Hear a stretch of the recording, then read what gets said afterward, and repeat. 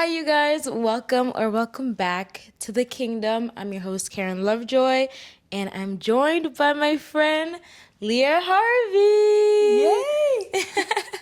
So I actually teased you earlier in like a few episodes back because I talked about your tattoo, and I was like, Funny that you say tease. well, What is there to tease? well, I know. I was like, she's gonna be on the podcast. Okay. Yeah, I was like, my friend with the 70 times 7 tattoo is gonna be on the podcast, and I was saying like, I saw your tattoo, and I was like, that's actually like, maybe the only tattoo I would ever get if I was to get a tattoo because it's such a good reminder. It is a good reminder. You know what's really funny though? It's incredibly unoriginal. Really? Someone else has it? Believe it or not, another nurse at my job literally has the exact same tattoo and No in the same way. place. No way. Yeah, I'm like, you need to quit. Like, I actually need you to like not work here. How did you just...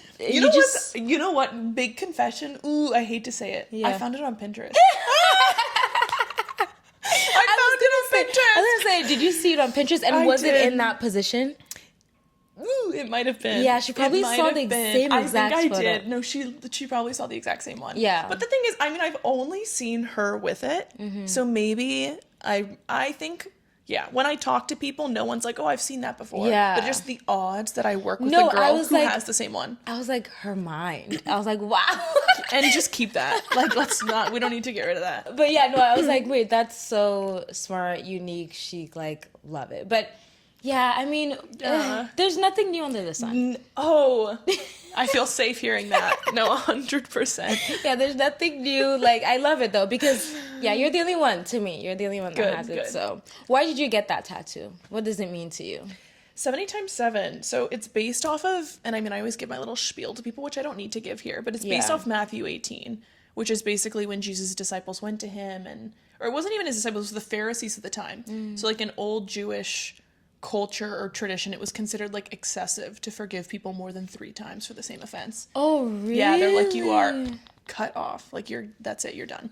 So they were kind of going, and I don't want to say like taunting, like I don't want to read too much into the text because I wouldn't say I'm even all that well versed in all the interpretation, but they kind of went to Jesus and they're like, oh, like you who are a rabbi who's like healing on the Sabbath and doing all these things, like, so what do you say then? Like 7 times you should forgive somebody? He basically responded to them. He was like, no, I tell you, not 7 times, but 70 times 7 times. Wow. And he just like blew them away with like this standard of like forgiveness that is unconditional, that like basically you're always called to forgive. And so like my reminder in my life is that like those are the teachings of a savior who continually forgives me. And so it's like, to you who's been forgiven everything by God, who am I to turn around and be like, actually, that's where my forgiveness hits its peak, when I'm living in eternal forgiveness every day. Yeah. So it's just a good reminder for me. And forgiveness, I mean, yeah, it doesn't always mean, oh, like you have to live amongst these people or this pain, but it truly is a heart posture that I feel like Jesus really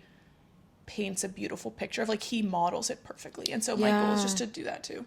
Yeah, I love that. I think, I mean, one, it's a great reminder, but I didn't know about like the 3 times. Yeah. And so they were kind of like, oh, like, I mean, and Jesus said he didn't come to abolish the law, but to fulfill it. But he did come and rewrite like a ton of Jewish cultures and customs. Like, they had all these ways of doing things, and he would roll in and he'd be like, this isn't necessary, this is like, so I think that apparently back then that was like the standard. And he was like, no, I'm calling you to something better, something higher. So yeah. I really neat. That. Would you get another tattoo?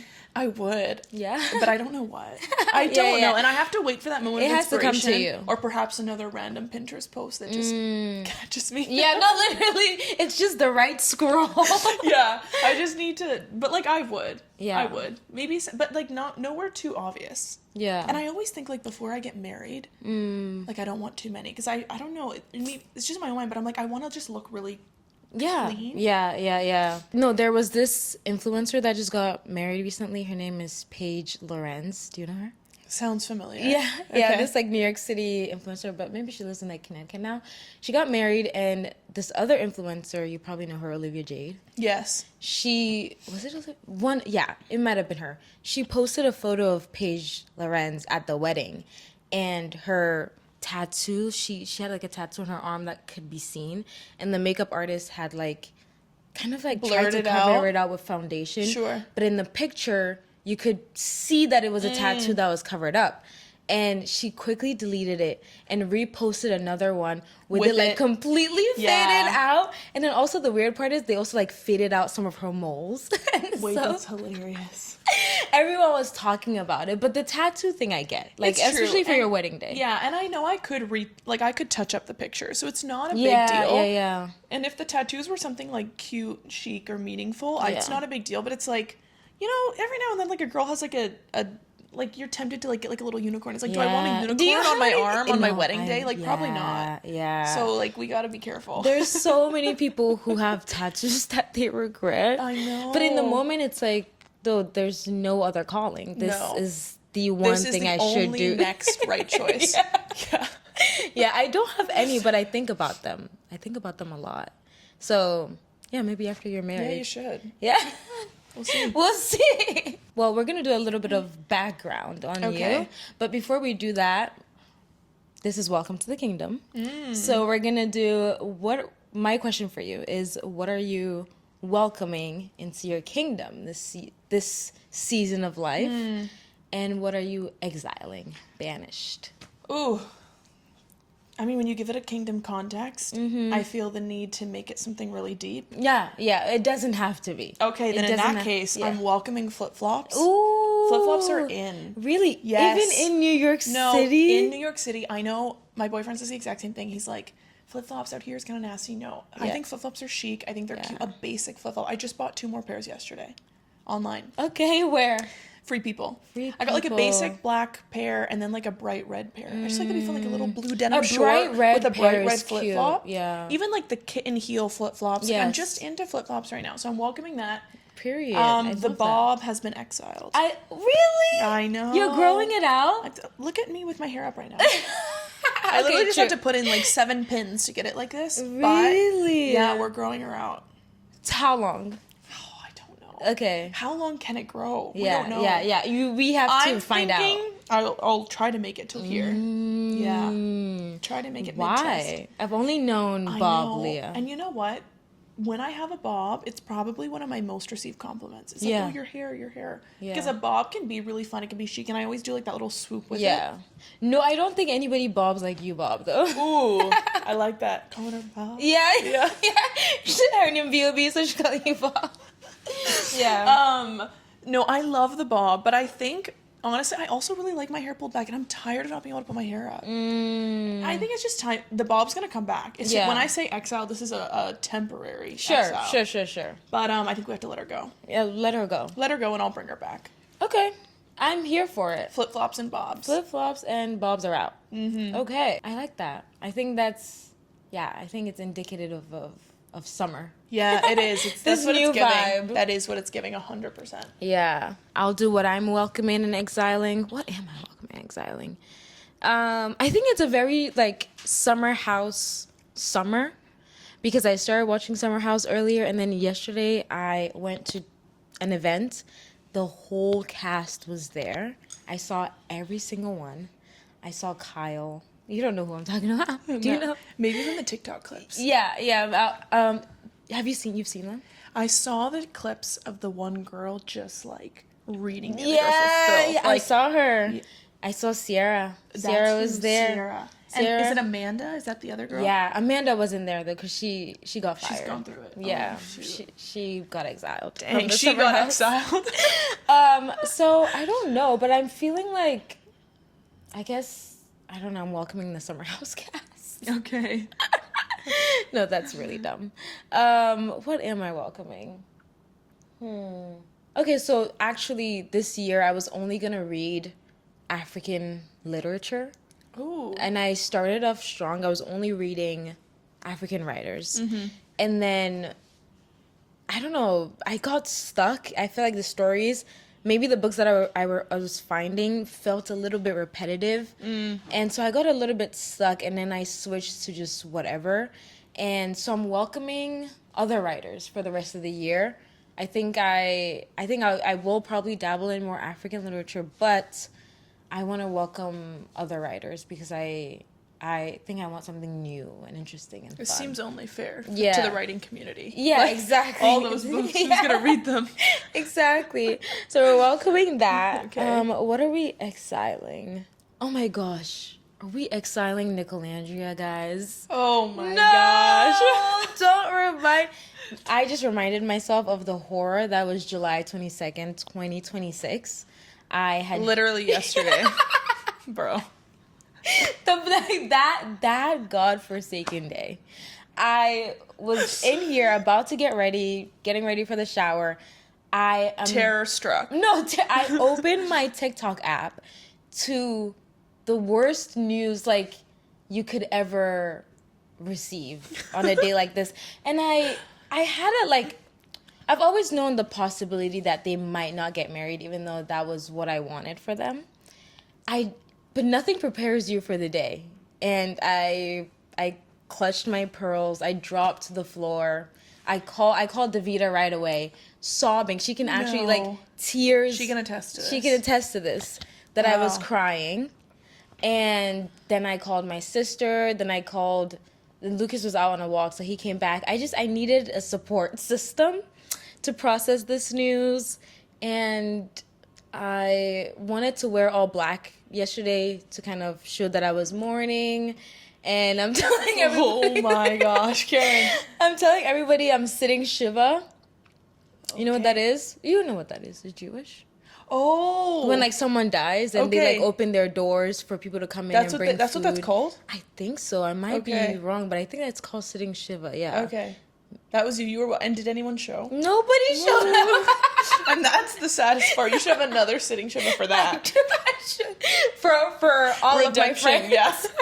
Death to them all. Death to them all. No, nobody came. Nobody agreed with me. Everyone was like, Karen, you're surprised? And I was like, yeah, I did not see it coming. So anyway, guys, they haven't personally confirmed anything, but you guys... There's too many sources, though. I think it's donezo.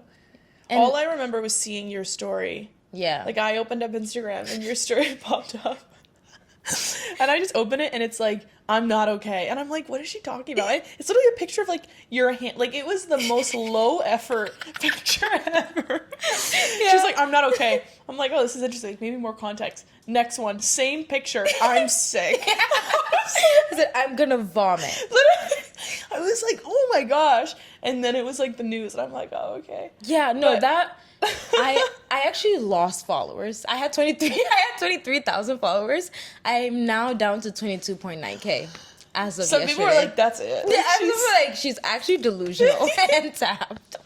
Because I couldn't believe you guys know I'm Nicolandria down. Like, those are my babies, truly. I mean, they kind of like, they remind, like, aesthetically very similar to you and Lucas, so I understand. Yeah, I loved that aspect, and then just their love stories. So are we exiling them? I don't know. None of them have said anything, but knowing Alandra, she's definitely the type who wouldn't say knowing Alandra. No, she'd keep that my close and personal friend. No, literally. She would not say anything, and she would just move on. And the fact that People magazine is the one to say it, I don't know. I'm feeling like there's some validity to it. And if it wasn't true, they wouldn't go so long to not, like, you know, if the internet thought you and your man broke up, you would come on and say, no, that's a lie. But 100%. It's been 24 hours and they haven't said anything. Yeah. So I'm thinking that's true. And guys, please just mourn with me. Keep me in your thoughts and prayers. Like, put a little gravestone in the comments. Yes, drop some gravestones, drop some RIPs. Like, this is a really hard time for me. Yeah. So that's what we're exiling. And I think I'm also exiling, like, parasocial relationships. Like, I'm scrolling past any, like, Brinity content from, like, the new couple that just won, the black and white couple. Because I'm like, I can't get invested anymore. Protect your heart. I'm guarding my heart. I can't get invested. So I'm like, no more. I am not invested in any more couples because, I can't have faith in anybody anymore. Yeah, that was a lot. Yeah.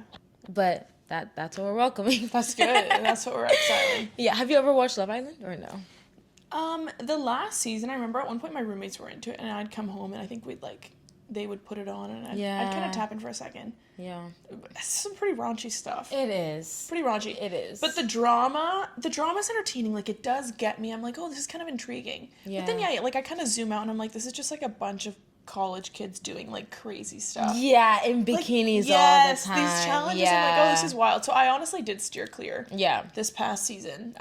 Yeah, and that's the wise thing to do. I think when you think about it, I try not to think about it too much. So when I think about it, I'm like, what am I watching? Yeah, but anyway, okay. It's over now. It's over now. We exiled it last week. Yeah. Leah. Okay. Tell us a little bit about you. Well, first, I met Leah maybe... Were you on the trip? No. With Davida? No. No. What trip? The upstate birthday trip? No, I freaking should have been. You should have been. I say that not because anyone else told me I should have been. I just felt like I should have been. But you know what, though? Davida and I are pretty close, but that was earlier on in our friendship. Yeah. So I didn't quite make the cut. No. Yeah. No, this next time. Next time that happens. It feels like you were there. I mean, you're just your spirit. I love that. Yeah. I'll take it. Okay, so then, when did we meet? We met in Fidei when she had that art show. It was through Life Center, through your church. It was in this empty warehouse. Oh my gosh. Isn't that where I met you? Yeah. I think it was. I think she introduced me to you guys there. Wow. So that was before we traveled. Yeah, too. it was. So Because that then was I remember asking her, and 2024. she said you guys were like traveling around. You weren't sure where you were going to end my up. gosh, Because I I had can't asked believe her that's about you. when I met you. Yeah, that was, and then That's you came back to crazy. Brooklyn, and I was like, okay, they're here, they're back. Wow. Whoa. Yeah. That's crazy because that feels so recent. It was. Yeah. Yeah, it was very... It kind of was. Yeah, okay. Interesting. But okay. we're old souls. We are old souls. Kindred it feels like we spirits, go way if you will. back. But yeah, that was a great show. And I think I had a good impression of you. But I guess we met through a mutual friend, Davida. She had an art show that Lucas organized through our church, and then we just started hanging out with Davida and getting to know each other a little bit more. And she lives very close by, so we hang out often. But how did you... Well, you met Davida through Church of the City. Yes. I want you to take me through growing up and then getting to Church of the City. Wow. And then I'll have follow-up questions. Yeah, feel free to interrupt at any point because this story can be both elongated or condensed to whatever. Give me the condensed version, and then we're gonna pinpoint. Yeah. Okay. Condensed version. I'm fully 100% Canadian. Wow. Yeah. Oh, my family's from up there. Yeah. So you got a little bit of. I wouldn't even say Canada has a spice actually, so I'll retract that. But I have some Canadian in me, 100%. Yeah. And then when I was 6, my parents moved from Toronto to Mexico. Okay. We did 6 years in Mexico of missionary work. We bounced around Mexico, 2 years and 3... Oh. A little bit closer. Yes. To that, Bounced around Mexico 2 to 3 years, kind of in different cities. Like 2 years in each city, we did 3 cities. And then my parents were starting to work as missionaries in like a little border town, like just south of Arizona. But we lived in Arizona on the American side. And I did like 10 to 12 or I didn't even do the math. But I essentially did middle school through the end of college in Arizona. My parents were still missionaries, and I'd still kind of bounce back and forth into Mexico. Wow. On Sundays with them up until I went to college. Oh my gosh. And then when I graduated from nursing school, I kind of had no real like ties to Arizona. Like all my family was still in East Coast Canada. Every summer we'd get like shipped back to Canada to spend it with my cousins, with my grandparents, with friends. Oh, it was such a good time, such good summers. And then we would just come back during the school year and we'd be back in Arizona. And I don't want to say like isolated, like I had friends, but like we really were just like, it's just my family and my parents kind of building that church just across the border. So yeah, when I graduated college, I moved to Jersey because I had a Canadian aunt who was like, hey, come live with me for free. I was like, cannot turn that down. So in North Jersey for like 2 years. And then that's when I kind of fell in love with the city. I was like, wait, it's right there. Yeah. I think I might have to hop on over. But there was no real calling to come. And so at the time I was going to this really small, I would call it a local church, but it's what would you call that? Like a network of churches? Yes. Like kind of like when they all have the same name and there's one. There's like branches. Yes, there's kind of branches. And so I was attending this church in North Jersey. And this is the church that I was raised in. Like, My mother was born into this church. She was the daughter of a preacher in Canada who like preached all over Canada for this church. And then when my parents were commended as missionaries, they were commended from this small little church. So that was the church that kind of got them into missionary land. Yeah. And then that was just the custom. Like, it's like when you're born into this, like you only go to that church. And so there was that same version or branch of church in North Jersey with my aunt. And I went there for a few years until eventually had some kind of crazy life events go down, and my faith really grew, I would say personally. And I don't want to say it grew because like it outgrew that church, but it really was evolving in a way that it didn't really make sense for me to stay there anymore.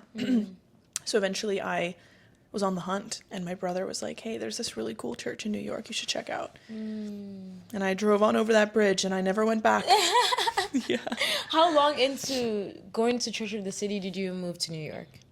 Like 4 months. It wasn't even long. It was actually such like a little movie moment. I remember I was like serving coffee at church, and I would drive in from Jersey, remember. So like I have no community because the church that I came from, like that was my entire community. Like I knew everybody in this church system.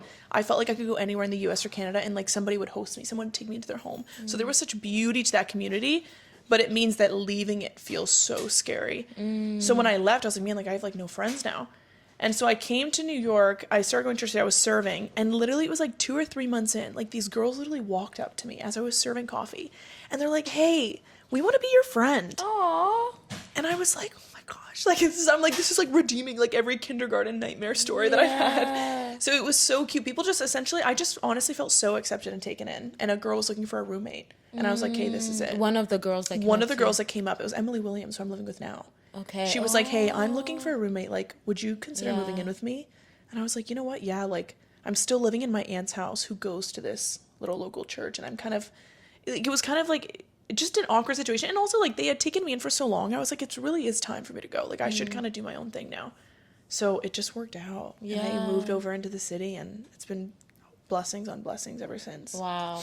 Were you working as a nurse in Jersey? I was, and I kept that Jersey job. This just tells you like the extent of my somewhat people-pleasing, not even people-pleasing, like I honestly loved that job, and I felt so bad to leave. Like I was like, oh man, I had only been in there, because I'm an ER nurse, and I had only been in their emergency room for not that long when I was making this shift, or it might have all been happening around the same time.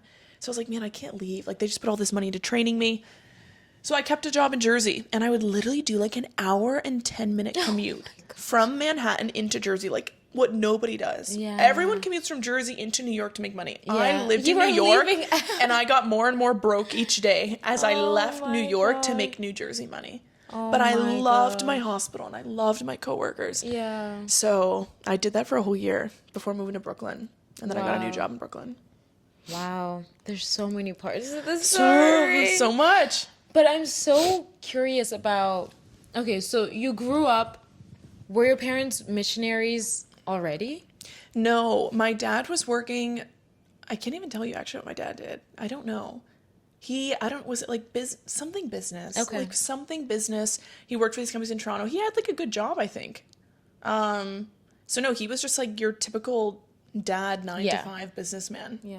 And then I guess the church was praying for a couple or a family to move to Mexico because they felt like they needed help in like the work down there. And I don't know. I mean, I wasn't around when the Lord kind of moved in my parents' hearts, but they were like, we're the ones, us and our 5 kids under the age of 10 are the ones who will do it. So they moved. They picked us all up and we moved. My oldest brother was 10 years old and my youngest was 1.5. How old were you? I was 6. You were 6. But like 5 kids. Like that's a lot. And to Mexico. To Mexico. And what was the first town or city you guys were in? It was called Puerto Vallarta, Jalisco. Beautiful. It's kind of like, I would call it like the Cancun of the west coast of Mexico. But like not the same type of pristine waters, but beautiful. Like a ton of culture, beautiful city. It kind of felt like when people are like, oh really? You're a missionary in Hawaii? How convenient.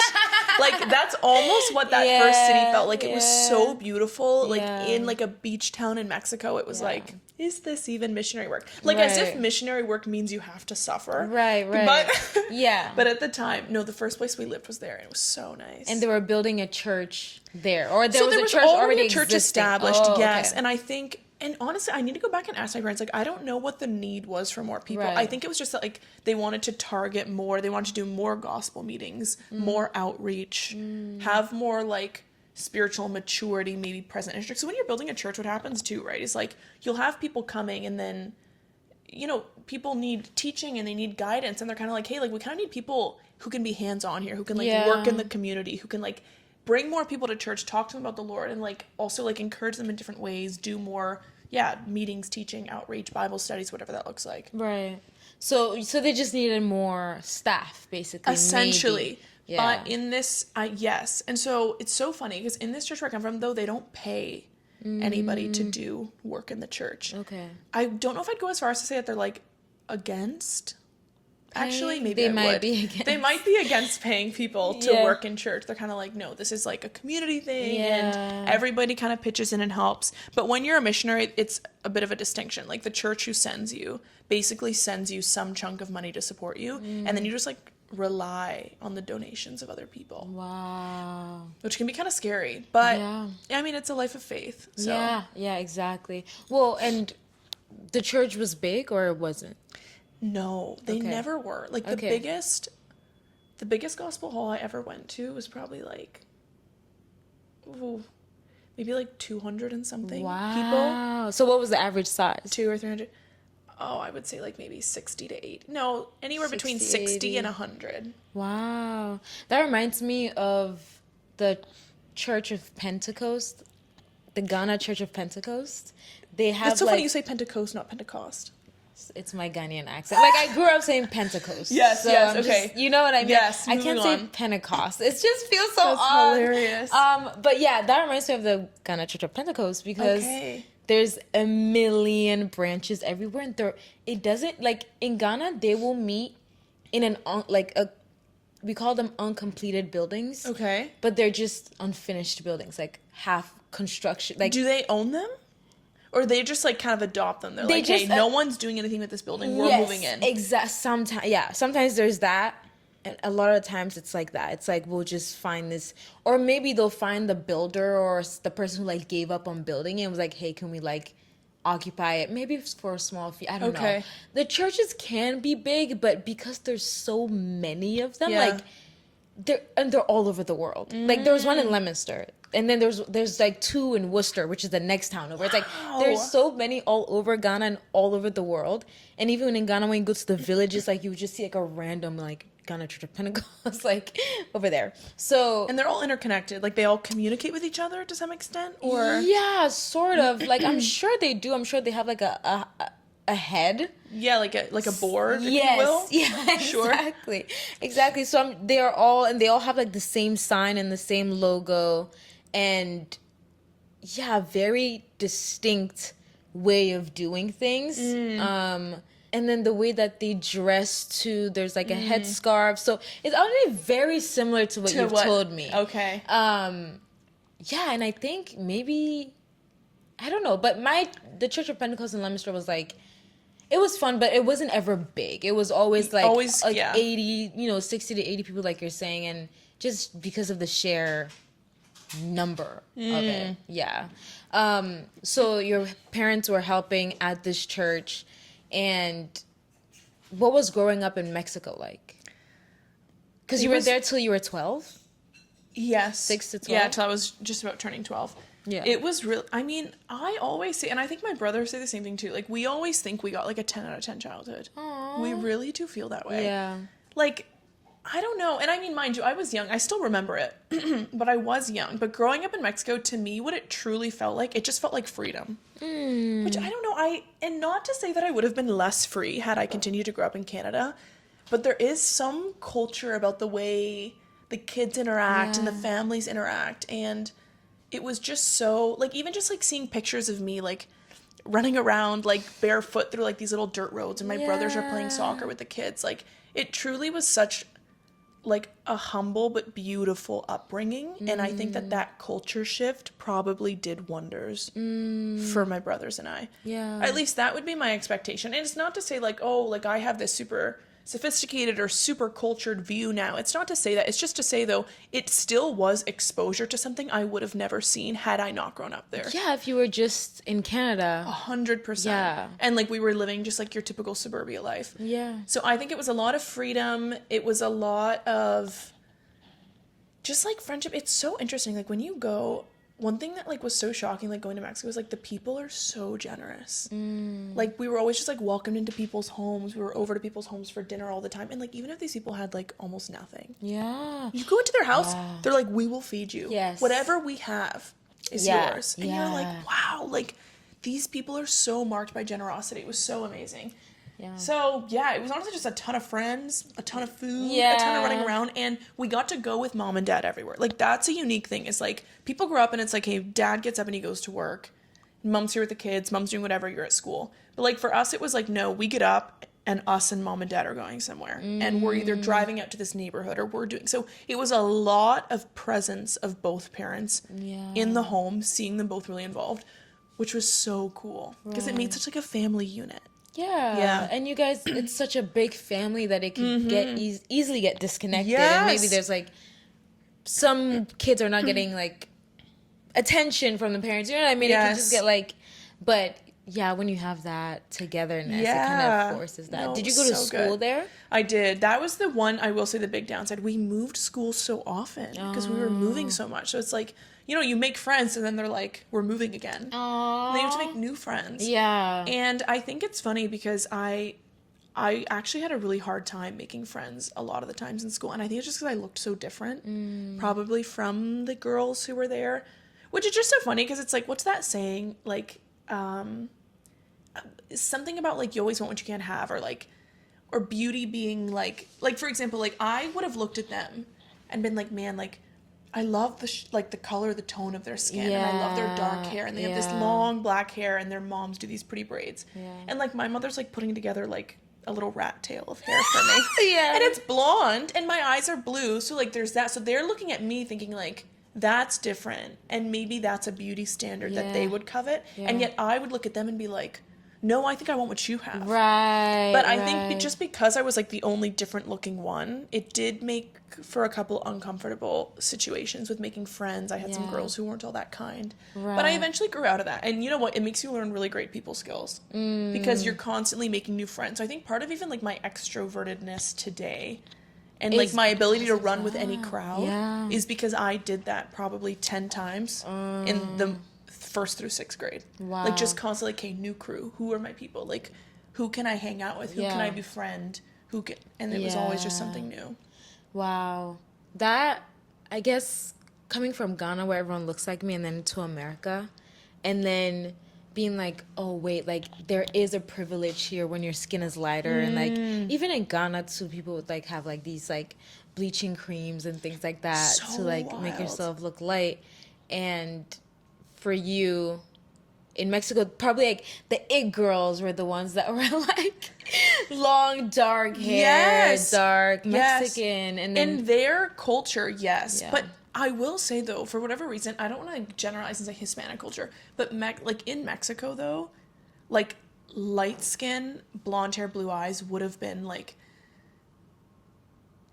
that still would have been very desired. Like, they would always come up to me, they would touch my hair, and they'd be like, wow. Like, I remember, like, when I went there, like, one of the moms told my mom on, like, one of the first days of school, and she went up to her, and she was like, hey, you should keep an eye on your daughter. Cause, really? like, they're gonna pound? Basically say, like, hey, like, like, she might have a hard time. Oh. But, like, I always got so many compliments on my hair. People would want to touch it. I felt like boys liked me more because I had this hair. I'm sure. So, in their culture, like, yes, there was still, like, this beauty standard that was like beautiful and it was of them. Yeah. But because there was something new coming in, they might have seen me as like exotic or something different. For sure. But that wasn't my take. Like I'm like, everywhere I come from, they look like me. Yeah. So I'm thinking they're so great. Yeah. Like that looks cool. But they're looking at me kind of like, I don't even want to say jealous, but just kind of like, I don't know, like a little 100. threatened. 100%. A little threatened probably. I can see that too because in my Christian private school in Ghana, because because it was private and it was one of the few private schools in the area. So we would have Americans or like Europeans. Yes. If their family needed to do something in Ghana, they would come to this private school. Sure. And whenever there was a white person, they would flock. Everyone like people would fall. They would actually just become leader. Yeah. And everybody would follow them, and all the boys would want to talk. So I can see exactly. And I wish that were my experience. Unfortunately, they didn't follow me. They didn't. They were like, "You're actually on the outside." Yeah. Maybe the boys secretly had crushes on me, but even then, you know, when you're young, nobody shows that the right way. No one, so it really just comes bullying in any form. Aww. Yeah, so you get bullied by the boys because they like you, and then you get bullied by the girls because they're threatened by you. Yeah, I can. So it was a little tough. My brothers did much better than me. Really? Yeah, why? I think they what were just seen as like cool and non-threatening. They play, like boys are different. Like they would play soccer with them. They'd get along with them. Like I don't think they had the same hard time that I did. Yeah. But even then, like I wouldn't look back on that and like that doesn't like paint my whole story. Like I'm not like, oh, there's a cloud over it. No. All in all, like I always found somebody. Even if it was just one friend, you only need one good friend. That's true. So I always found somebody. And we had a good time. And in my family, you know, like my parents had other Christian family friends, and like we'd hang out and play with their kids and stuff. So and then you guys moved closer to the Arizona-Mexico border. Yes. In the last part, and then you started going to school there. Yeah, that was another huge transition. Like starting school in America, coming from Mexico. Coming from Canada to Mexico to America. That's crazy. It was crazy. That bullying was more, how would I say it was more intense? I don't know, it was different. It hits different because that's like a pivotal part of and now I'm adulthood. like, now I'm kind of like, I don't want to say these are my people, but I'm like, bro, like, I'm like, what do you mean? Like, I'm back. Like, hey guys. What's up? Yeah. And they were like, no. And why? I think that one had a lot more to do with the fact that, well, first of all, when we came and I was in 6th grade, we had 2 months of 6th grade left. So they dropped me into a public school where everybody knew each other for the last 6 years. And I'm the new girl in class for the last 2 months. But it really wasn't that. I think that one had a lot more to do with the fact that I was so sheltered in Mexico. I was so sheltered in a beautiful way. Like, I think my parents, like, we would, like, they would... Remember, this is before iPhones. Right. So there's no iPhones either. So there's not a lot... Like, unless you have, like, a home computer, which I never used. Yeah. There was no exposure for me to the media, to American culture. I didn't even know American swear words. I did not know. I remember they swore at me and I didn't even know what they were saying. Like, I did not know what it was because my parents were never using that language. So it was like, I literally came in, I think they just thought I was like a freak. Like, they were just like, you're weird. Like, I didn't know certain words. I didn't know certain things. I came from somewhere where I just used to speak Spanish fully. Oh my gosh. Now you became English. You became fluent in Spanish. Yes. So did you have a little bit of an accent when you spoke English? No, because at home I still spoke English. Okay, true. And then, like, I remember, like, one day, like, in 6th grade, I wore, like, a little skirt to school. Like, my mom, like, had this, like, little pink skirt with a flower on it that I wore. And, like, one of the girls was like, your legs are hairy. And I literally, and I went home and I cried and I was like, Mom, like, you never told me. I literally said to her, I was like, you never told me that girls shave their legs. I didn't know that. Yeah. So then I sat on the counter of her bathroom sink in her bedroom and she shaved my legs for the first time because I was so angry with her. I was like, I can't believe you sent me to school and you knew that these girls shaved their legs and nobody told me I was supposed to do that. I'm in 6th grade. I'm like 12 years old. Like, you don't need to do that. And they all made fun of me because I had hairy legs. Oh. And then when my mom shaved them off, she was like, those are your baby hairs, they'll never come back. And then I cried again. Oh my god. And I was like, why would you say that? I was like, wow, like a piece of me is lost. So there was definitely a culture shock again moving back to the States. Like I had to start all over again. It wasn't like I just jumped back in. Yeah. America is so different. And it was brutal. And like, the kids are mean. The kids I also came here like in March of 6th grade. So school ends in June. So literally 2 or 3 months, April, May, 3 months left of 6th grade. So same exact thing from Ghana. And the kids are mean. And I'm like, you know, gentle parenting is like, people are saying this is like this new thing. I'm like, I don't know what these parents were doing at home then, but these kids were coming out wonky. Yeah. Like, these kids were mean. And it doesn't even stop at you. They took it to the teachers too. The way the kids spoke to teachers. I was like, oh my gosh. Or even like the way they'd talk to their parents and they'd respond to adults. Like the way that I was raised, it was like, no, like you respect adults. You fear them. You're like, so like I always had like a like, just like, I don't want to say like a shyness, but just Yeah. like a respect. Yeah. For authority to some extent. And these kids were ruthless. sure. They were like, mm-mm. No. No, not here. And the teachers would like not do anything about it. I'm like, in Ghana, that's like 12 like whips to my butt immediately. Can I just say, Yeah. I was gonna ask, like, be like, did they hit you? And then I was like, I feel like, No, I they feel like hit. those kids who you said, like, when you came here, they were like, did you ride elephants to school? Yeah, And I'm like, those are the kinds of questions. but they actually would. They would use. But they would use a cane. They would use a cane, and there was a market for the canes. Like they sell like, them. Choose your weapon of choice. It's like a video game. There is a cane store. There are cane like kiosks, and like maybe if you went to like a provision store or something, like you could find a cane easily. And within the school there was a closet where they would keep if the teacher's cane ever broke, there was just a bundle in the closet. Not breaking on the students. They would break. And there was this teacher who was actually so evil, and she was a lady, and usually it's the men that are so mean with their canes. But this teacher, I don't know if she developed it as some sort of defense mechanism to be taken more seriously as a woman. But like everyone would do like, the most teachers would do like 12 lashes, which is a lot. That's a lot. And they're like starting from up here. No. Oh yeah, it's not like a little, no, they're starting from up here and they're really hitting it, and they're like, do you want your You're palm? getting welts. Your palm or your butt? They let you choose. I mean, that's nice. They let you choose, and if there was like a test day or a quiz day, They do your butt. and well, you could choose. Well, if there was a test day or a quiz day, and people, like, I know I didn't study, and the penalty for this, not studying, is getting whipped. The girls will like pad their and like wear a bunch of shorts because they're like, dang, I'm gonna flunk this test. And if you flunk the test, they pull you out in the front and they whip you. So it's like, I'm gonna pad up my shorts so that if I receive my beatings, it will hurt less. Wow. And this teacher, she was a maths teacher, she would do 32, 34. We're like, this lady's out of her mind. There's no way. Yeah. So, but surely there was some sort of rule of like unspoken, like you can't send the kid home like not able to walk. So like what was like the physical result of these beatings? Like what kind of marks are we walking away with? Your palms are red, you're crying. I'm not sure. Like it clearly couldn't have been that severe. That kid, like, it's not like you can send the kid home with like these massive bruises. No, you could. Oh. Yeah, you could. You're You right. could. And the teachers also thrived. And there's something about Ghanaian culture that your parents are never actually on your side. They're always going to take the side of the teacher.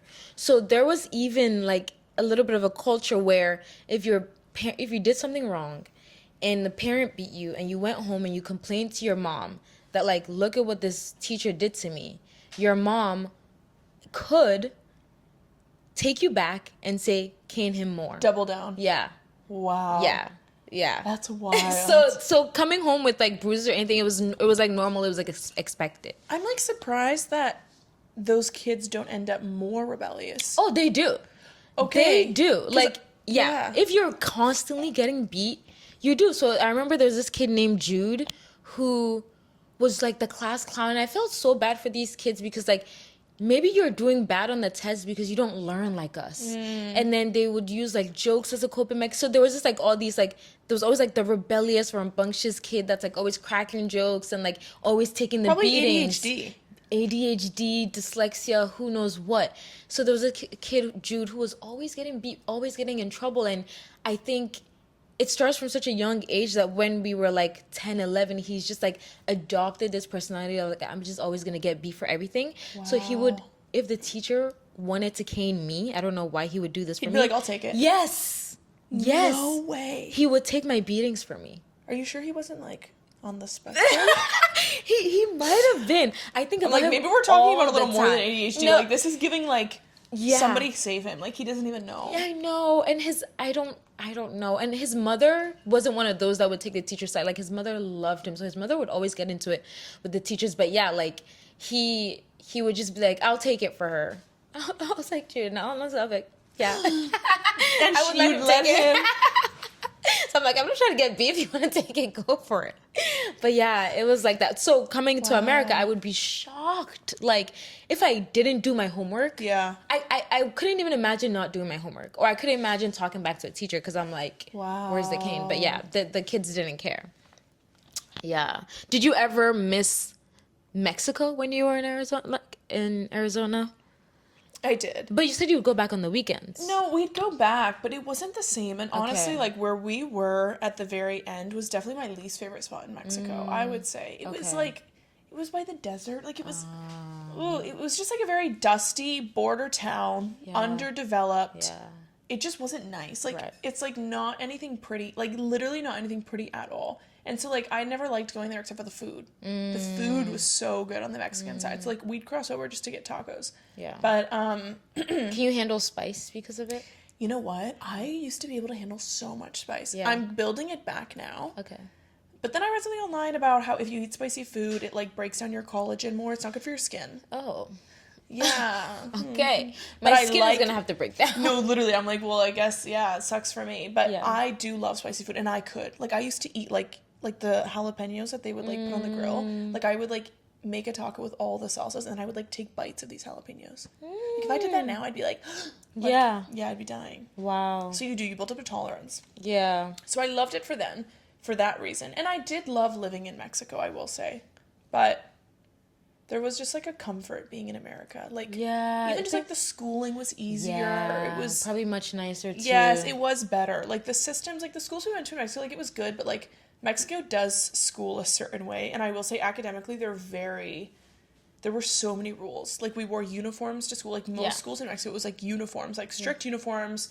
You have to, like, have this many pencils. You have to have this many notebooks. They have to be, like, your math one has to be red, and your science one has to be blue. Oh, my gosh. And everything has to be exactly the right way. Yeah. And, like, I remember, like, when the boys would walk into school, my brothers would have to lift their pant legs to show their socks. And, like, one time my brothers brought, like, the wrong color socks, like, navy instead of black, and they sent them home for the day. They're like, yeah, you're home. Like, that's it. You're done. Yeah. So there were those differences where, like, when you came to the States, they're like, yeah, you can wear whatever you want to school. Like, just, like, can't have anything inappropriate. And I was like, wow, like, so easy. Yeah. The kids didn't do their homework, so neither did I. Right, like, or if we did, like, we'd all be sharing answers. Like, as we're walking into the classroom, we're all sharing answers. So in that way, it was nice. Yeah. Like, I did like it. Wow, that sounds a lot like Ghana too, because every day we would have an assembly and all the kids would line up too. They did a marching band. Yes, they did a marching band. Yeah. You would march. You learn how to march. You learn how to stand, like, at attention and at ease. And they'd have a guy yelling it. They'd be like, and then they would, like, turn and they'd be like, march, march, march, march, march, and they would, like, march and sing. They'd have, like, the flag, the Mexican flag there. And I know, that's the Canadian. Yeah. And then the rest of us would, like, watch, and sometimes we'd, like, march in place to, like, but, like, there'd just be one thing, one group of people that would march. And it was, like, cool to be there. It's like, I was like, ooh, like, you want to be in the marching band. Yeah, I want to be on that marching band. But we used to do those assemblies too in the morning, and wow, that's so similar. Very similar. And they would check, because you needed white socks. So they would go around, are your nails cut? Wow. Do you have the socks? Is your shirt tucked in? If any of these, do you have a handkerchief in your pocket? Wow. If any of these things were out of place, you're removed from your position in line to the front, whack, whack, whack. No. Yeah. The beatings were endless. That is crazy. That's the only difference. There were no beatings in Mexico. Good. But, I mean, there was still punishments. Yeah. Of other like sorts. What? Like, I remember one time, well, it was more so just, like, missing out on things, I guess, and they would, like, talk to your parents, and I think they would, like, double down on your homework. Like, you know what, I don't even remember that much what it was. All I know is that homework was done, and if it wasn't done, it was, like, a big deal. Like, they would talk to my parents, like, my mom was like, you have to go to school with your homework done. Yeah. And I hated it, because we'd go to school all these hours, and they'd give us so much freaking homework. And I'm like, you just all want me to suffer. Yeah. So, like, in Mexico, and the projects were always insane. Like, what they wanted for the projects is, like, you need this. Like, it was just a lot. It was a lot. So, like, America was, like, easy after that. And where did you go to college? I went to Arizona State. Oh, no way. Yeah. I know. People say that because they're like, party school. Oh, my gosh. But I honestly... No sororities for you. No, I had some friends who were in a sorority. Okay. Like, I had a couple sorority girlfriends. And so they would kind of tell me about it. And sometimes they'd be like, oh, Leah, come to this frat party. But I never went. Yeah. I never went to one ASU party. Why not? You know what? I think then I was still a rambunctious personality, but it's so funny. Like, I would say within the gospel hall church system I was raised in, I would have always been a little rebellious, but to the world, I was so obedient. I was so obedient. And I have to say, like, I think I had such a heavy conscience. Like, I honestly think I was scared. Yeah. I was like, man, like, if I go, like, what am I going to do? Like, I don't drink. Yeah. I don't do drugs. I'm like, what if something happens to me? Like, what if somebody, like, what if, I don't know, like, I was genuinely a little scared. And I think I was also just disinterested. I was nervous, I was scared, and I was disinterested. I think the way that I was and the way that I was raised, I don't want to put this on my parents, actually, or on, like, the church I was raised in, but I carried with me, because this was just a personal sin, but I carried with me such, like, a pride. But, like, it's so funny, because... A pride in doing good. Yes. Okay. Like, a pride of, like, I remember looking at them and like, seeing those parties, and like, truly, I was like, I'm better than that. Yeah. No, for sure. I feel you. And the joke's on me. Yeah. I probably would have gone and had fun. But... I genuinely was like, no, like, that's not, like... That's beneath me. That's beneath me. Like, how dare you even invite me? Yeah. And I just thought I had... But I don't want to paint it all in a negative light, because truly, I think I was so fulfilled with the life I had. Yeah. Like, I'd go up to Canada, and I had these beautiful summers, and I knew what they consisted of, and I knew the friends that I had. And so when people would invite me, I'm like, respectfully, I'm so content with the community I've built. I'm not interested in what you have to offer. Yeah. And so that just wasn't my scene. So I didn't even step into, like... any party scene until I moved to New York. And I want to be sensitive about even saying party scene, because the parties I go to in New York are all hosted by Christians. Yeah, it's all Christian I know, parties. but when I say, like, we didn't do parties. Like, when growing up, like, it wasn't like that. Like, in the gospel hall, like, it was more so like a get together. I mean, maybe it was kind of like how we do it now. It just felt different. Like, it was there alcohol? No. Okay. There was never any alcohol. It was just more so like people getting together and hanging out. I mean, it's just like, it was just like an intimate hang. Yeah. Like, board games, we'll watch a movie. Whereas, like, now people get together and they just chat. Yeah. Hey, meet on this rooftop and, like, let's just chat. We'll have some music playing. Yeah. Like, vibe, chat, hang. Yeah. And I'm like, wow, this is so cool. Well, it turns out that's what You're parties... like, what? We're turning. Yes, it turns out that's what parties are. Yeah. It's just like, just go and hang and have a nice time and chat with people, enjoy the music. But yeah, I didn't have any of that. So I had the most tame, uneventful ASU experience. What did you like about it? Did you like anything about it? Honestly, no. Really? I didn't really like it. I went, so because I did nursing school, I was at a different campus. Sure. I wasn't at the main campus, so there's also less action. But not only that, like, you know, nursing school is all girls. Yeah. Not that I'm not a girl's girl. I would say I'm more a girl's girl now than I ever was then. But I was just like, man, like, all these girls are so, their ponytails are all too tight. Their ponytails are too tight, and it was just really intense, and everyone was very studious, and it was just... It's not like a leisurely experience to be in nursing school. Like, it's tough. Yeah, for a lot of people, like, honestly, like, people really do hunker down. And mind you, the girls were nice. There's no shade to them. They were nice, studious girls. But I was just like, I wanted to just chill, or I don't know. Did you live on campus? No. Okay. My older brothers had an apartment. I lived with them for 1 year, and then I moved in with, like, a gospel hall family for the remainder of my time. And it was really fun. Wow. So it was nice. Like, I had fun things to do. Like, we would play volleyball on, like, Friday nights or something in the park with, like, our church friends. And, like, I had stuff I was doing. But for the most part, it was a relatively boring experience. It was nothing crazy. Yeah. So once I graduated, I was like, yeah, I'm ready to get out of Arizona. I never felt like I connected with the people there. Yeah. West Coast versus East Coast. It's different. It's a different vibe. It's a different culture. And also the climate. I don't know. I feel like it just makes... Bro. It changes things. Even the brown. Yes. Like, think about this. Yeah. Like, you go outside. Like, you know how it gets brown here in the winter? It's like all the trees are brown. Yeah. I know that there's palm trees in Arizona, but it was still predominantly brown. Yeah. And I was like, I'm tired of looking at this. Like, I'm tired of seeing dirt everywhere. Yeah. I'm tired of these desert plants. Yeah. I'm tired of it. Yeah, I just wanted something different. And so when I'd come out here, I'd be like, wow, like, the green is so beautiful. The trees are so beautiful. So, yeah, Arizona was not for me. It was just a passage. It was a season, if you will. Yeah. It was a season. I'm dead. Okay. Tell me a little bit more about Gospel Hall. Yes. Because I want to know about... Because the more you talk about it, I'm like, okay, that kind of sounds like the kind of Church of Pentecost. But, like, you've told me a little bit about it, and, like, it was very orderly. Yes. Do you just want to know, like, what does life look like when you step in? Yes. Okay. What was it like growing up in that church? Because it's not like you're just going to church and then you can do other things. It's like, this church is like my life. Yeah. Yes, 100%. I would say that is probably one of the biggest takeaways. Like, for me, growing up and going to the gospel hall, it was like, church was so much more than you did on Sunday. It's like, no, like, these are your people, and the way you are here and the things, like, it all has to do with your life, like, in and out of that space, which in some ways is actually a very encompassing and beautiful view of what it is to walk in community and to be with Christ. And so I don't diss or ding them for that at all. But there was an intensity about it. Like, I would say growing up in the gospel hall, there was an intensity, and that can be a beautiful thing for some people, and for some people it's not. Okay, things that are distinct about it that I would say people are like, oh, that's a different way to practice Christianity, if you will. Okay, modesty, very big amongst the women, which modesty is beautiful biblical principle, but it was a little bit dated, I guess, a little old-fashioned. So, like, skirts and dresses to church only. But you could wear other things on the regular. Yes, on regular days I would wear pants and stuff, but, like, to church you'd only wear skirts and dresses. And, like, if your skirt wasn't knee length, like, that's kind of a no-no. Yeah. It's kind of like, ooh. Yeah. I mean, honestly, even now I'd, like, raise my eyebrows if I saw someone's thigh at church. Yes. No, even now, if I go to church, like, the other day, what did I wear? I was with my friend Diego, and I think I was wearing, like, some leggings or some capris or something. Yes. They were tight. And I was like, I literally remember taking a scarf off that I had and I tied it around my waist. Yeah.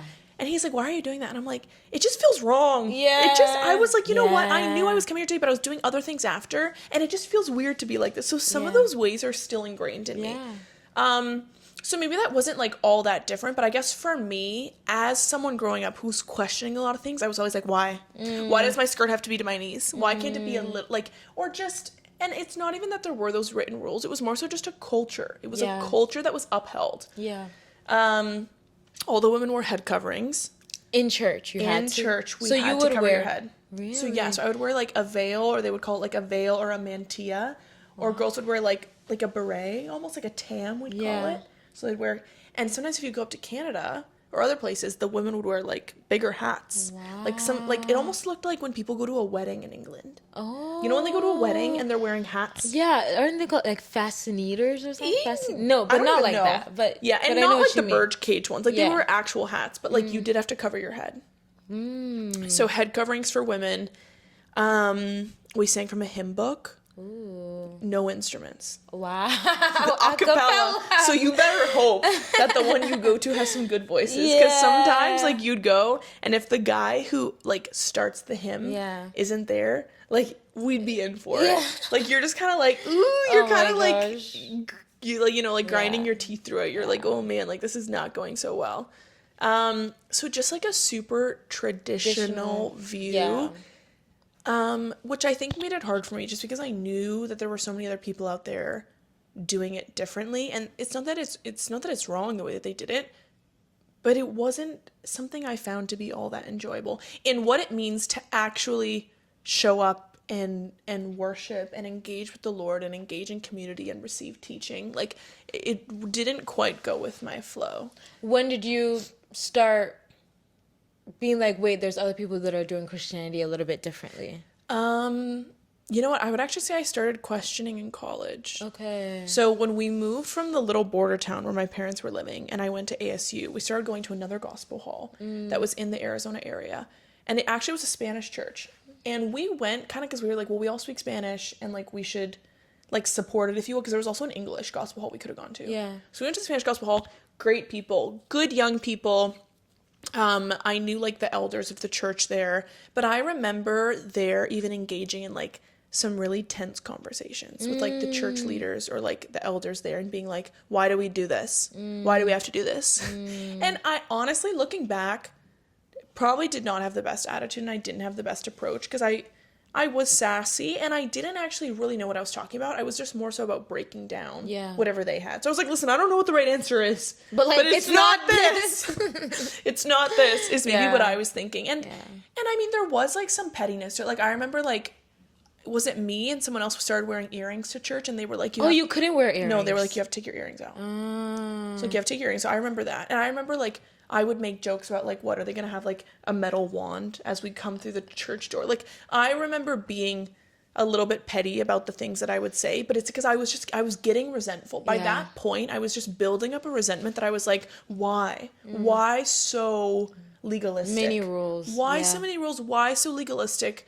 Like, where are we going with this? And like, or the men had to wear ties when they would like go to church or when they would speak. Wow. And like, if they were preaching, like they'd be like, no, if you don't have a tie, like you can't, like, oh my let me go get you a tie. Oh my God. So there was a lot of emphasis placed on things that didn't really feel like were the important things to be focused on. Right. I think another thing I really struggled with is the fact that like, so there were obviously a lot of gifted people that like the Lord is going to give spiritual giftings to everybody everywhere. And so there are gifts of teaching, there are gifts throughout the gospel halls, also everywhere, but they wouldn't have like assigned teachers or assigned, like, there would maybe people that would preach more frequently, but like when we would receive like teaching or like what we'd call ministry meeting, I remember just feeling like, it was just like very boring. I don't know how else to say it other than that, but the thing is that they were giving, like, these guys would study and they would get up there and like they would dive into the word. Like they'd be like, hey, like this is the passage I'm reading from, this is the message I'm building. And so it is good. And I would say today, now that I'm older, I would appreciate the ministry more. I think in my youth and in my own spiritual immaturity, just listening to it, I was like, bro, like sometimes I remember people would go up and I'd be like, oh, it's this person again. Like I'd be like, I don't think that they're very engaging speaker. I think I find it difficult to pay attention, or I find it difficult to receive what they have to hear, or I find them to be disorganized to listen to. And that is a critical take. Like, just to be clear, that's a very critical thing to say. And so I don't want to come off really rude when I say that. It's not at all that. It's just like, honestly, like now my church experience, I love the amount of like effort that goes into each message and trusting that like, hey, these people are really gifted in what they do. And the Lord I do believe that the Lord will bless you and will teach you and will guide you, and you will spiritually mature, even if you don't have people maybe with this level of gifting. But like, I love going now and being like, wow, I love what I took away from today. It was clear. It was easy to follow. It was so spiritually sound. They're using a lot of sources, like it's obvious, it's primarily always the Bible, but just like seeing even like the way that they build their messages and the teaching that's used, I find it so enjoyable. Whereas like in the gospel, like nobody went to seminary. That was not a thing. So like none of the men who got up to speak would have gone to seminary, which like they were just kind of elected. No, not even. So they believe in what you call like a plurality of. It's essentially like they would say like, hey, every guy in the church has like an equal responsibility to participate and to preach and to speak. So everyone got to speak.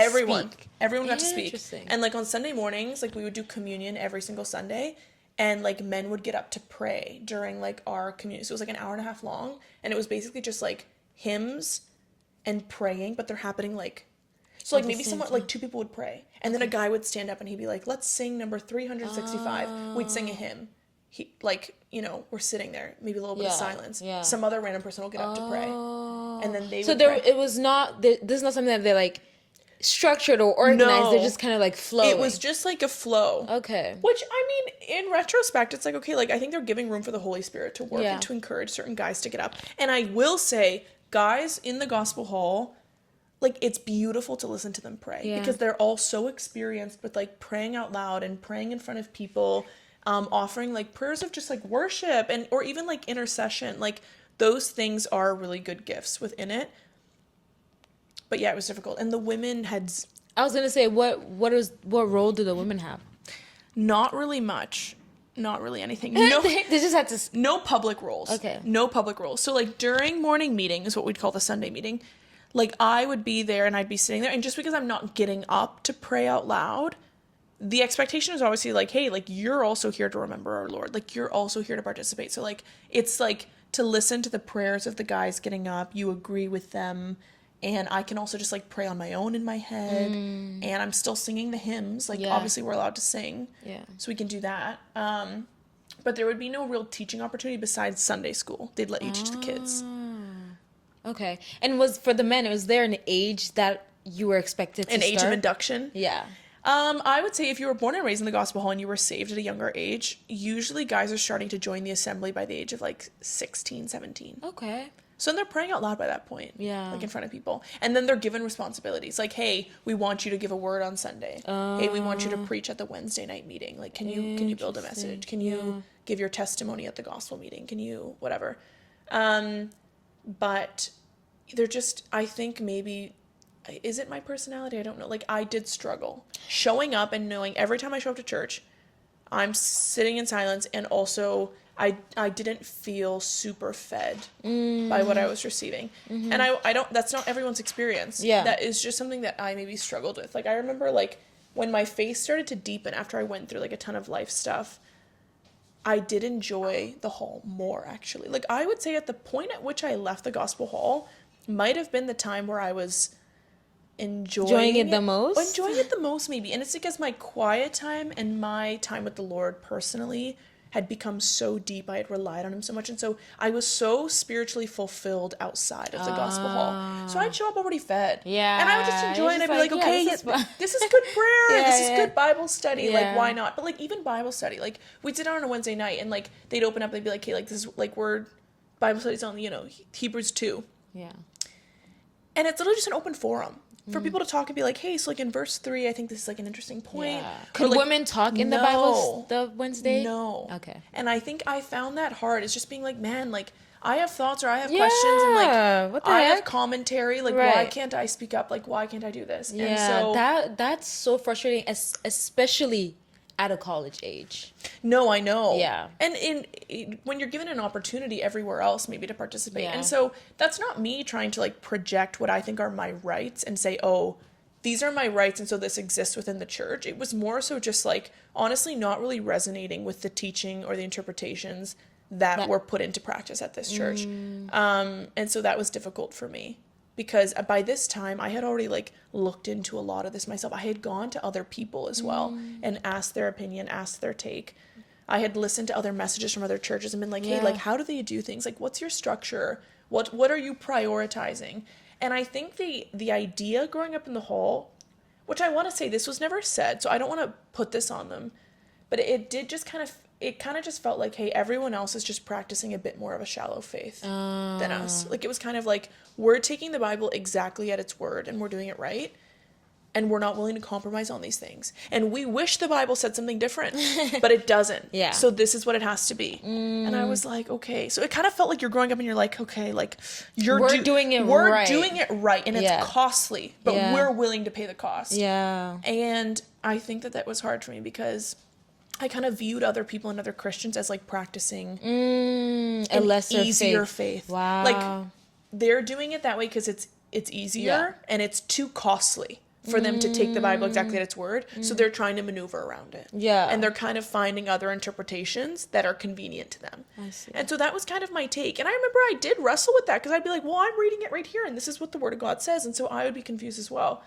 So it's so interesting now to be in a church space where I just feel like there's so much more opportunity for me to be involved and, like, even just to, like, to be a part of, like, the prayer team or the connections team, to do community groups, so, like, weeknight Bible studies and discussions with people, with other men and women, just, like, in a living room. And, like, just, I don't know, for me it's been really great because I feel like there's so much more opportunity for me to go to the Lord now and be like, Lord, what do you have for me here? Like, what would you like me to do? Yeah. And I think in the gospel hall, if I wanted to put those things into practice, they kind of had to be done outside of the gospel hall. Like, it was like, if you want to start a Bible study, you should do that. Do it at your, like, on your own, at home, and find some women to do it with you. As opposed to, like, hey, the church is behind this, and they're putting this forward, and they're calling women into this space, and we're trying to raise them up in this way. And so it just wasn't that. Yeah. So there was it just felt like a lack of resources and a lack of opportunity for me to strengthen my faith because I knew there wasn't anything more I could be doing there in 10 years than I was at the time I left. Besides just, like, I guess in my mind, like, that's it. Like, I just had to show up and be there and be involved. And I think that was considered obedience and it was considered faithfulness. And I would say in many ways, I totally understand where they're coming from. But I was like, hey, like, I really feel like there's a lot more for me with the Lord. And I remember when I left, I remember saying to my elders, like, hey, like, I want you to know that, like, when I'm stepping away from this is not in pursuit of an easier faith. I'm actually pursuing something deeper. And I thank them for the way they've shepherded me, because I think that the Gospel Hall really instilled such beautiful habits and disciplines, and like such a reverence for like the Word of God, the gospel, the importance of salvation, speaking about that. There were so many beautiful things that they left me with. But in the end, I wanted them to know, like, hey, I'm not walking away and I'm like, man, I think you guys are terrible. I think you guys are like, it wasn't that. It was just like, hey, I've really dove deep with the Lord, and I've been reading into this, and it's not even just it's not about these issues. It's just like where I want to go with my faith. I really don't think that I have a future here. Yeah. Well, it's actually commendable, because you could have just like could you have just stopped showing up? No. So you had to have a talk. Yeah, you cannot. Wow. It would have just been a really disrespectful, weird way to go, and they would have been reaching out to me. Oh. They've been like, hey, Leah, where are you? Yeah. Where are you? Yeah, Why aren't you coming to a meeting? Why aren't you going to church? Like, yeah. church attendance was very high. Very high in the Gospel Hall. Like, you're going on Sunday. Like, you don't just, like, not go to church on Sunday. Yeah. And so when you become a part, when you do morning meeting, like when you take communion, when we'd call it the breaking of bread, you join the assembly, is what it's called. And so like when you become a certain age, that's when I said 16, 17, you have to ask the elders of the church and basically say, hey, I would like to become a part of the assembly. Wow, even though you've been growing up in the church. Okay. Because the assembly is essentially, it's only people in the assembly can participate in taking the bread and wine. Right. And this is kind of like when they talk to you and they're like, hey, like, are you saved? Have you been baptized? And if you're saved and you're baptized, and they feel like, hey, you're of the right age and you're mature enough to understand what this is, then you can come into the assembly. Then you kind of walk with the assembly in accountability. It's like, hey, you're a part of the church body to like maintain this space, to participate in outreach, to participate in the breaking of bread. And so it's almost like a responsibility and an accountability, if you will.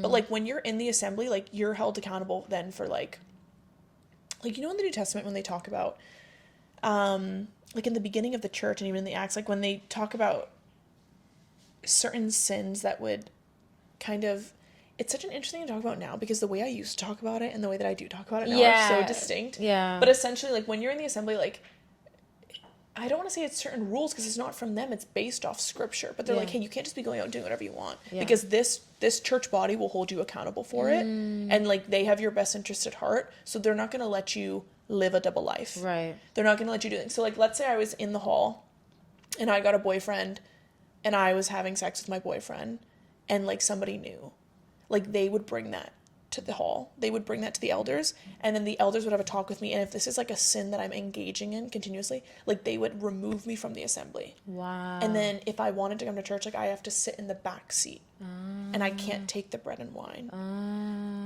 And so then it's like, you're out of the assembly, and you kind of have to like ask to come back in, or like they would check in with you. And like, you know, when you, how do they know? When you've basically like repented. Okay. When you've repented, you've turned away and you know, had time to, I don't know, sit in it, then you can come back in. Could you lie? There's no way of checking, right? Well, you could lie, but it's like, what's the benefit? Like, why would you even want to be in the assembly if you plan to live dishonestly? Right. And so I think the beauty of the way that it was done is the fact that the intention is, hey, like even participating in breaking of bread is very serious. And when you do that, you're called to examine yourself and your heart and before the Lord and say, hey, is there any like unconfessed sin? Is there anything I'm living in? And so for them doing that is saying like, hey, rather than like eat and drink this and condemn yourself, actually, we're just going to say, do not do this.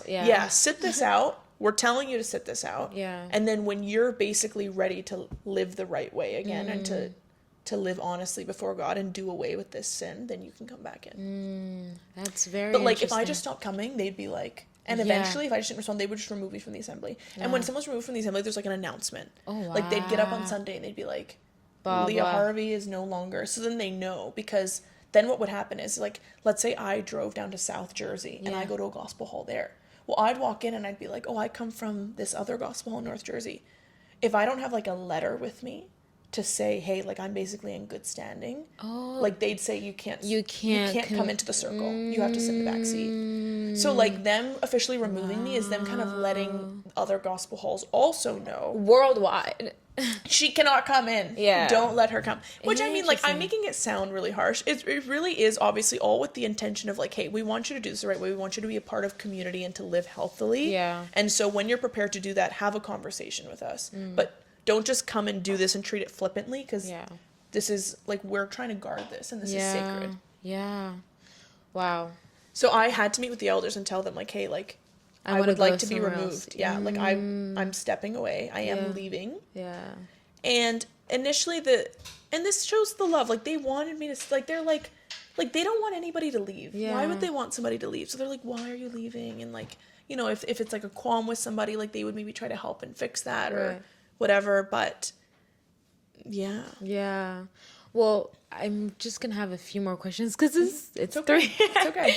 But I guess coming from that church structure, I feel like even as a woman, it might even bleed into maybe how, for me, I can see that bleeding into how I approach life and I approach my workplace. 100%. And, like, I'm not gonna, like, get up and raise my hand and speak my opinion and things, like, but I feel like you've always been someone that was just opinionated. I know. So did it have an impact on you at all? And do you see any change in you now that you go to a non-denominational church? Yes. Okay. So I would say when I was in the Gospel Hall, it only affected the way I interacted in Gospel Hall circles and settings. I see. Like, and maybe, like, so it was very compartmentalized for me. I see. Because they wouldn't have said, like, hey, you're not equipped to do this job. You're not equipped to lead in this way. Like, they wouldn't have told me that. But within church, that church life and church structure, you're not allowed to lead in the church. You're not allowed to provide teaching in the church because a woman cannot teach a man. And you're not allowed to speak in the church because a woman will remain silent.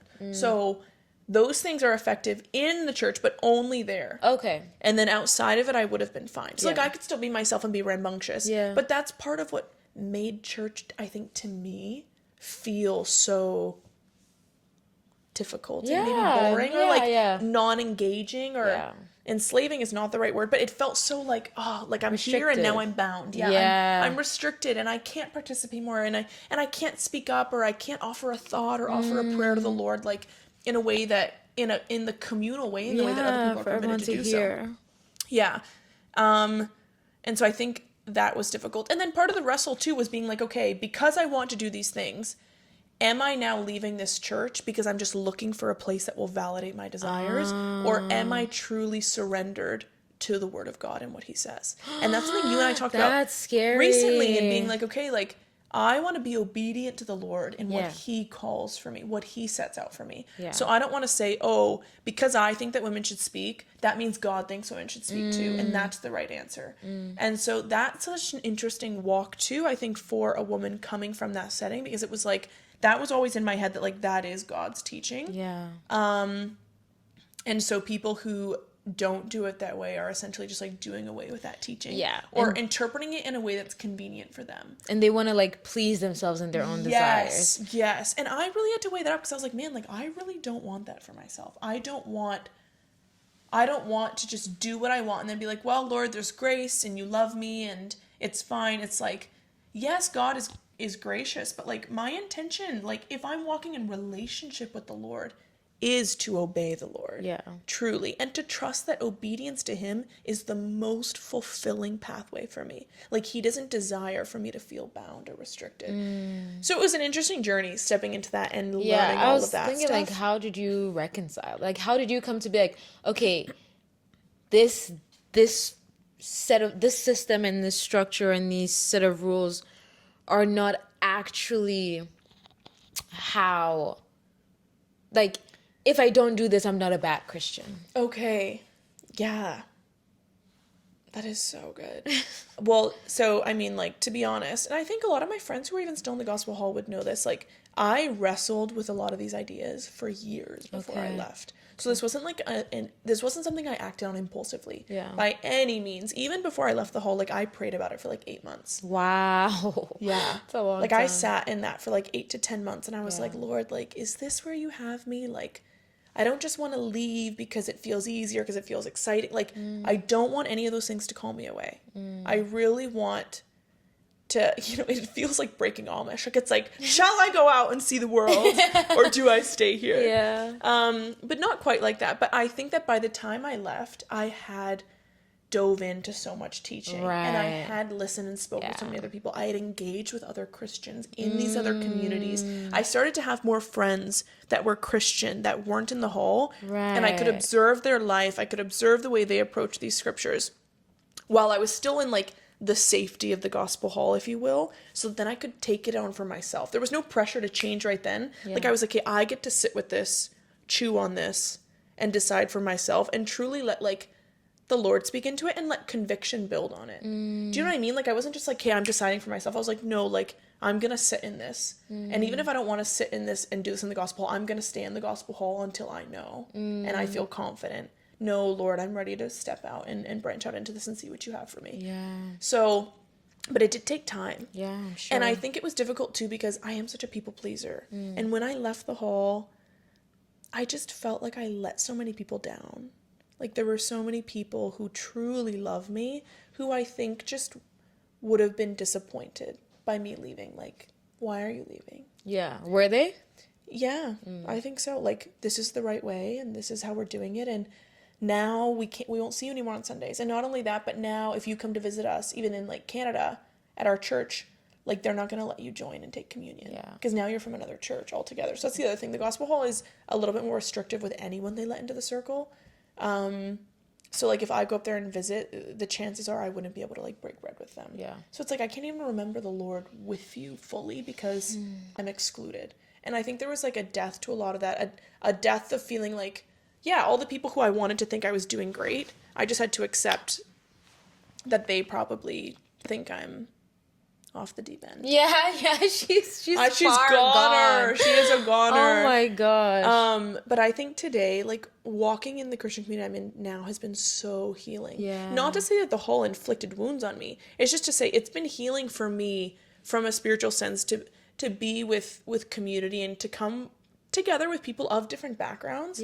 But really dive in on like these scriptures, these controversial takes, and really see like, hey, like, what does the Lord say about this? Like, what is my role with you as another Christian? How do I engage with you if you disagree on XYZ doctrine? Because it would have been very exclusive growing up. Like, I wouldn't have engaged with people who thought differently from me. Was it homogenous?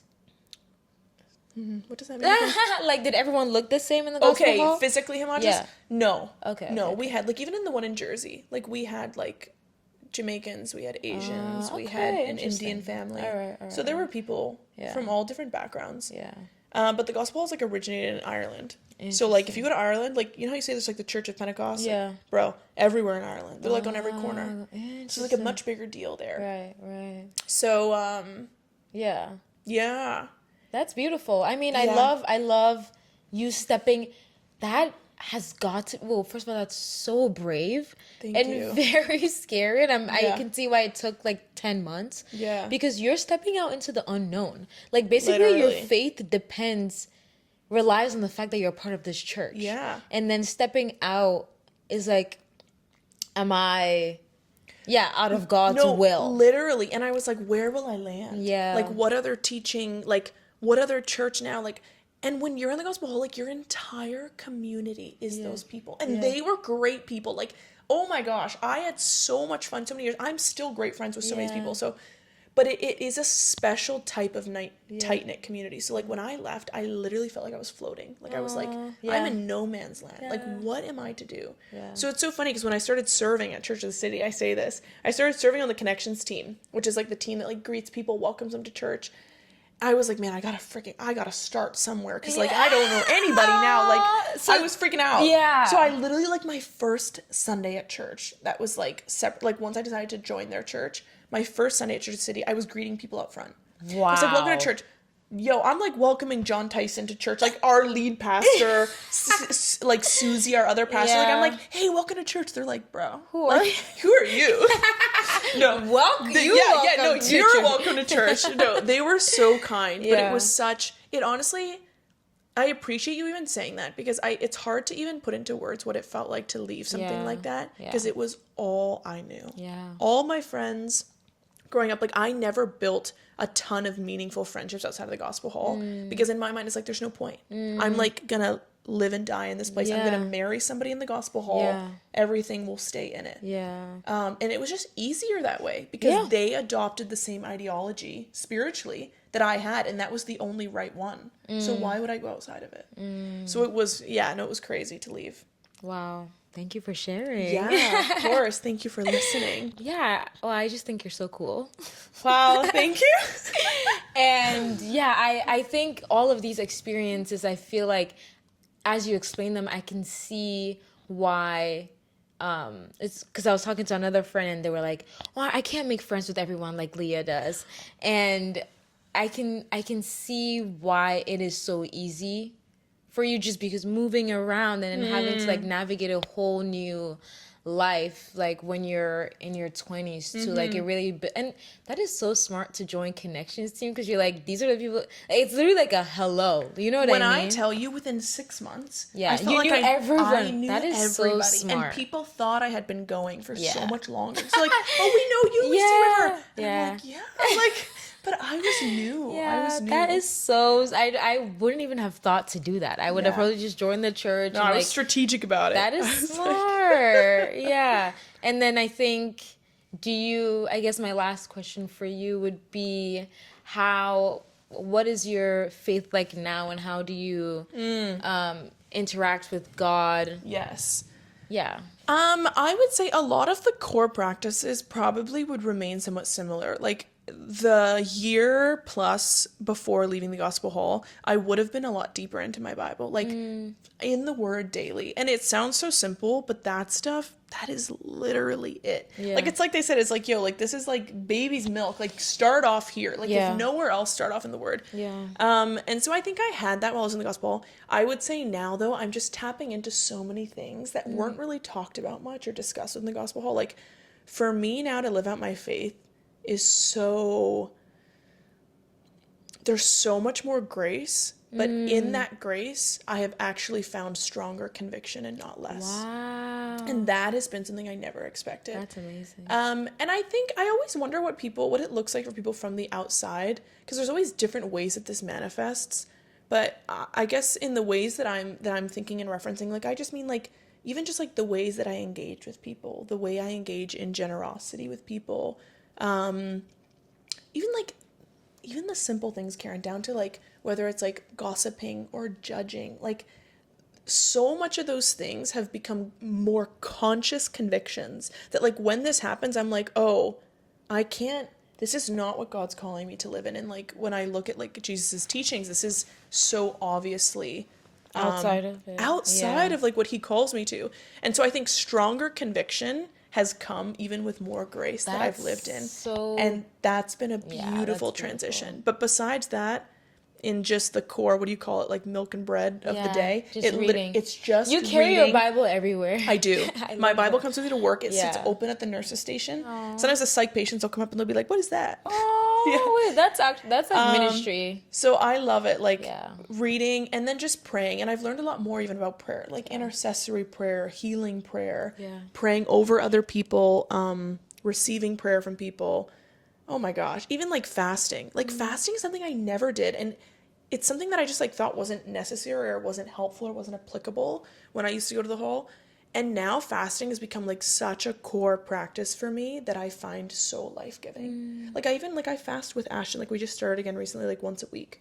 And just like what it means to like deny yourself the flesh. Try 24 hours without food and just see what it does to you. It's hard. It's crazy. And like leaning into prayer during that time, being like, okay, Lord, like I'm choosing not to give myself, to not engage, like food is good. The Lord says food is good. But like I'm going to deny myself this and I'm just going to lean more on you. And feed off of you. Yeah, and like who can I pray for during this time? And like just seeing what that does, the way it's tied even to so many other like deliberate sins. Like just fasting is like there's like a conscientiousness of like, oh my gosh. You're thinking about every time you get hungry, you're like, okay, I'm thinking, like your mind immediately goes to who I'm doing it for and what I'm doing it for. And not to do it from like this like self-righteous and I feel really good, but to be like, no, like this is a gift to me. And this is some way that I can relate more with Christ and engage with him more. So Yeah. So many That's little, like, awesome. not even niche, but I would have called niche spiritual practices for me 3 years ago have become part of my weekly walk with Christ today. Yeah. And yeah, just That's growing in awesome. conviction and ministry and yeah. Yeah.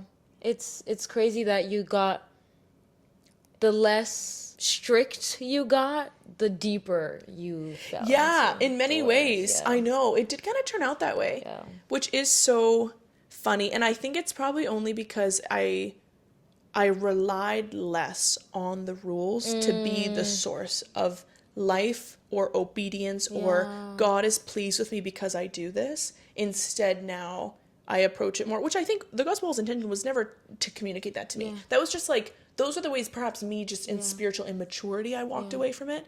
But now it's more like, no, my desire is to please God in the way that I talk, in the way that I act. And what's inside. And so I think that that's become such a more core truth because now I don't have a list of things or like a uniform way of acting that makes me feel, oh, I'm in compliance with what God asks of me. And that doesn't mean, oh, you're disobedient. It's like, no, absolutely not. Like, definitely go to the Word of God for the way that you want to walk out life with Him. Yeah. But I think some of the things I was doing before just like really they didn't have anything to do with it. Yeah.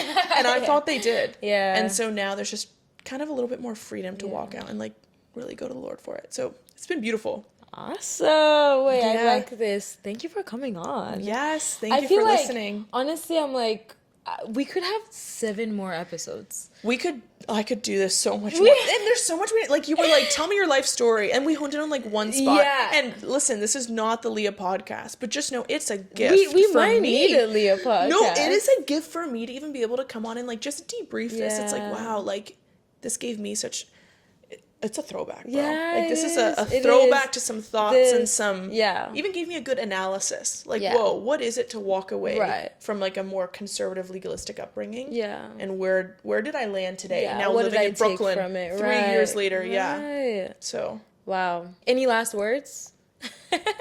Honestly, no. Is that crazy?